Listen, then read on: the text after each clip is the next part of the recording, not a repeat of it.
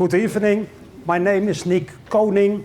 I'm a social scientist focused on international food security issues, international agricultural policy. I had a job in this university, but I'm free because I'm retired, but still active.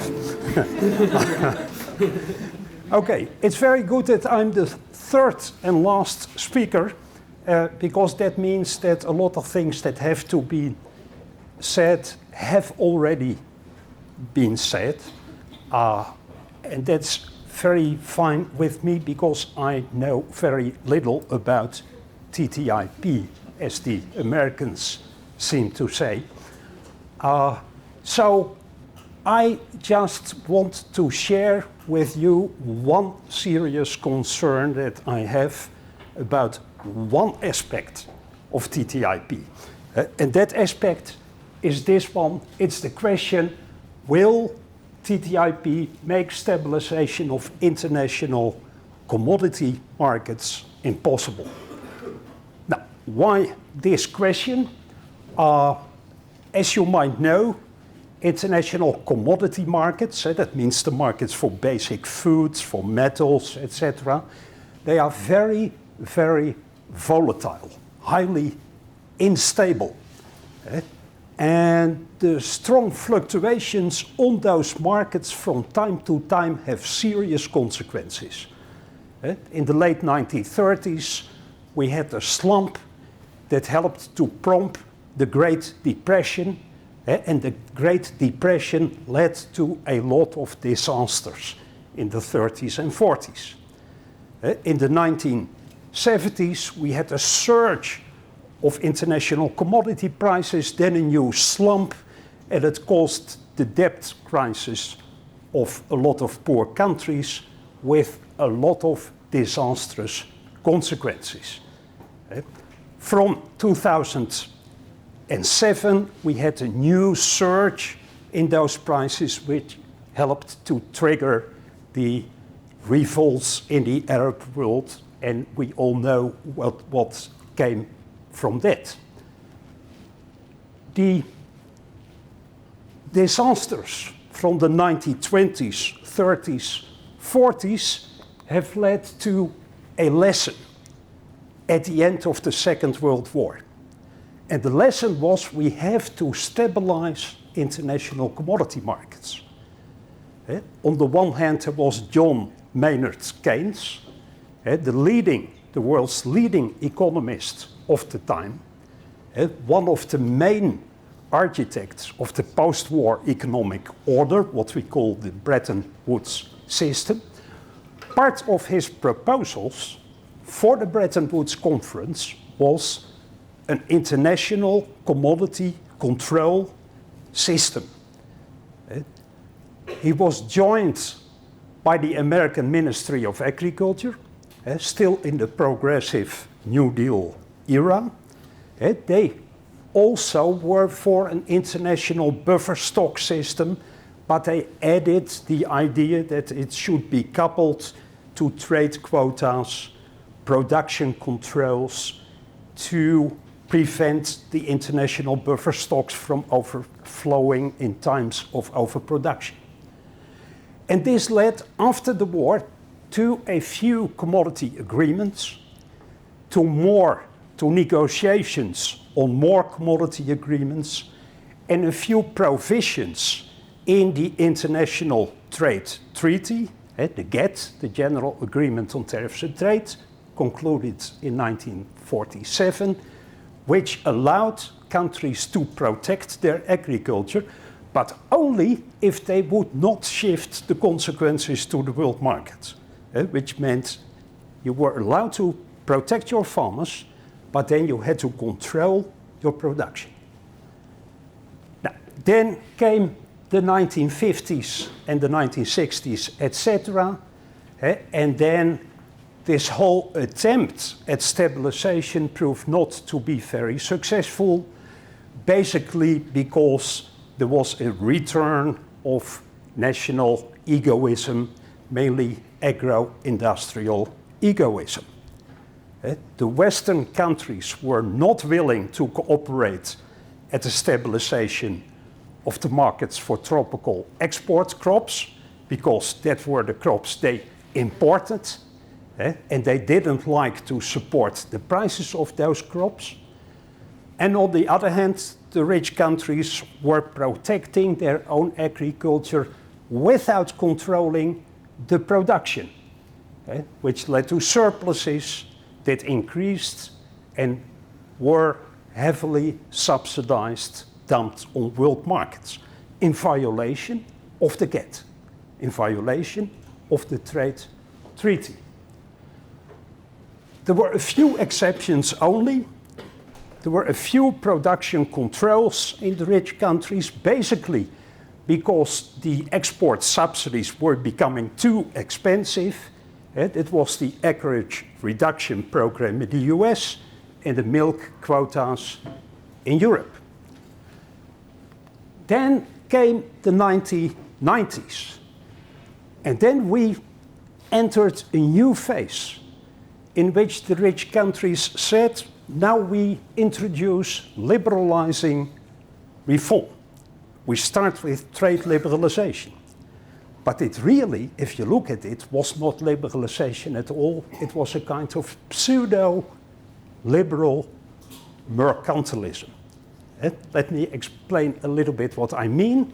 It all started because both the United States and the European Union were dumping agricultural surpluses on the world market and ruining each other's export markets by doing so. This led to what the journals at the time called a trade war between Europe and the United States. That became the central issue in a new round of GATT negotiations called the Uruguay round, in the 1990s. And the Uruguay round ended with a compromise between the Americans and the Europeans that was imposed on the rest of the world. And the compromise was all countries have to reduce their price protection. That seemed to be liberalization. But then something was added, and what was added was, there's one exemption. Countries are allowed to support their farmers with direct payments. All countries were allowed to do so. Togo, in West Africa, and the United States made no difference. But of course, to support your farmers with direct payments means checks from the Treasury. The United States has the money to do so, Togo has not.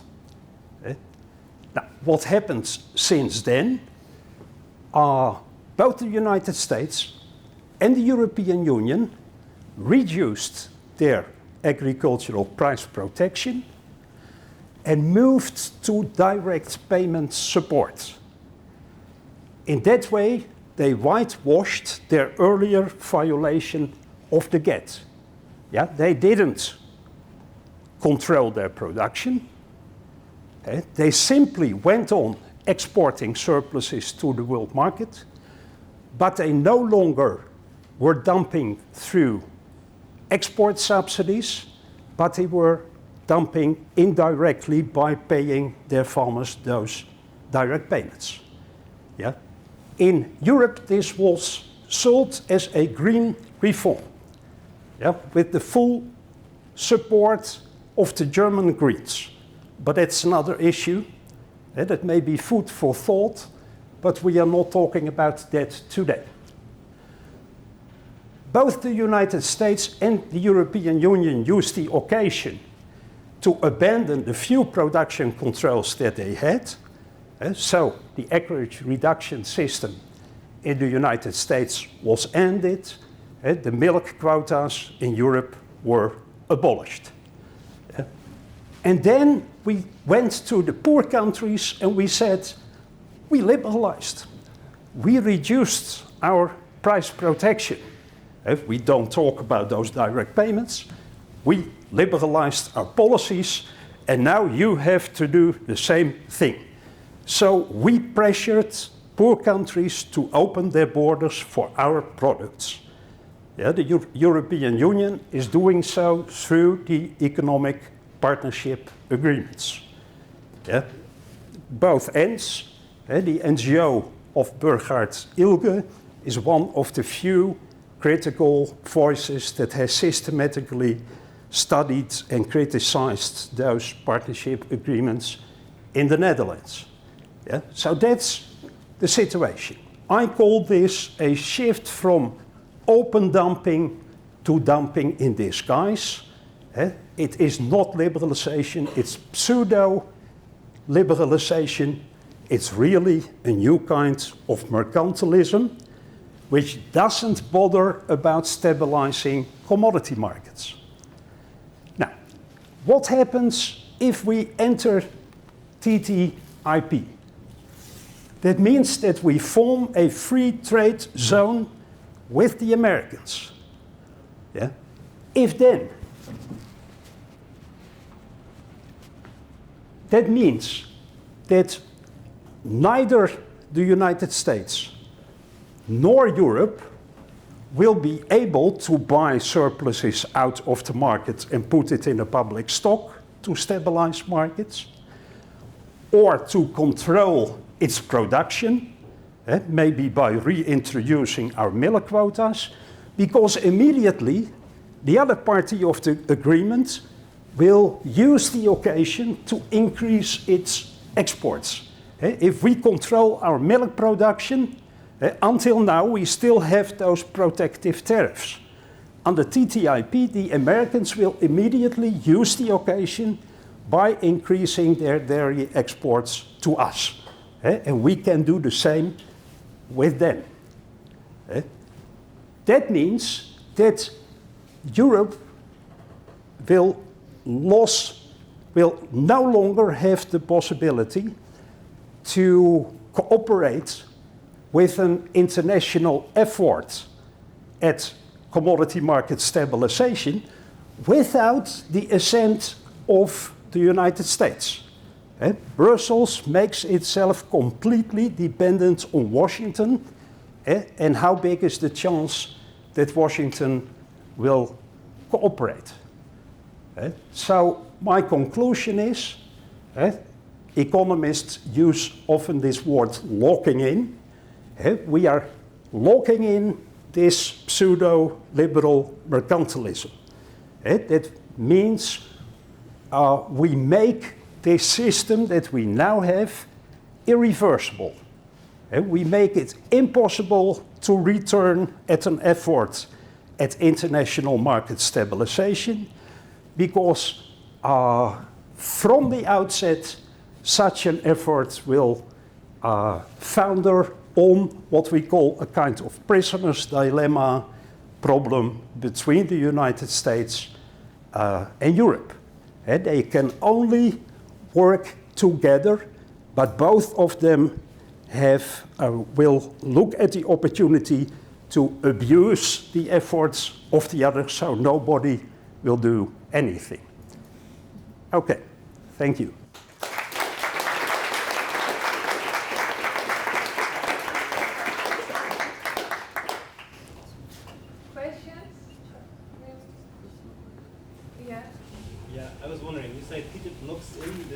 Pseudo-liberal mercantilism.